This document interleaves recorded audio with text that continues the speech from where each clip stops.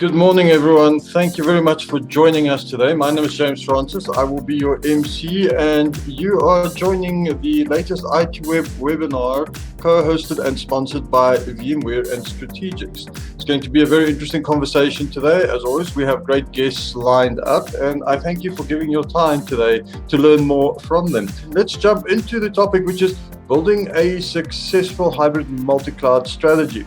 Now, I was just quickly scanning over some stats this morning, and one survey said that around 88% of local businesses already say that a hybrid cloud architecture makes sense for their business. And to that, on-premise non-cloud instances in the country are regressing quite quickly. We're ahead of the curve in the country. But that is the easy part of the equation. Anybody who's been around cloud for a while knows it is a little bit more complex than that. One of the primary reasons is every organization's needs are quite unique. You can't have a blanket approach to just take on cloud. This makes hybrid cloud, of course, very appealing because you can then blend the right elements in there to know what will work for your organization, what wouldn't. But as I've seen yesterday on the register, there was a report out saying there's a lot of pitfalls as well in terms of hidden costs, hidden complexities, not lining up the business and the technology sufficiently enough. That's what we're going to talk about today. When we talk about storage versus network versus server, the nirvana is that it's the cloud engineer, but culturally, a lot of our big organizations still have those departments. So organizational design can sometimes trip us up because we're still sitting with the network guy who's defending his network, right? And we want to make that software defined and we want to make it as good as we can, but we can't.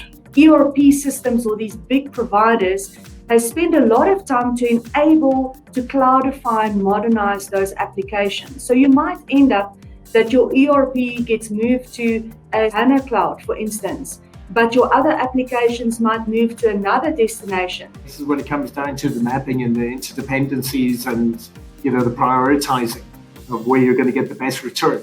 How great are the security risks versus what people are perceiving out there when you are adopting the cloud specifically? Is it actually a big benefit going into these hybrid models? I imagine integration of security is a big advantage, but now we're inviting a lot of more complexity, a lot more service providers in there as well.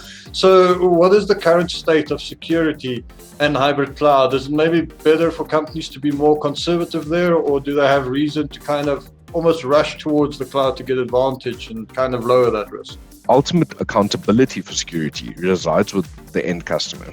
And this is really where a managed services partner or a cloud services partner really comes in, because they act on your behalf to ensure that that security is there.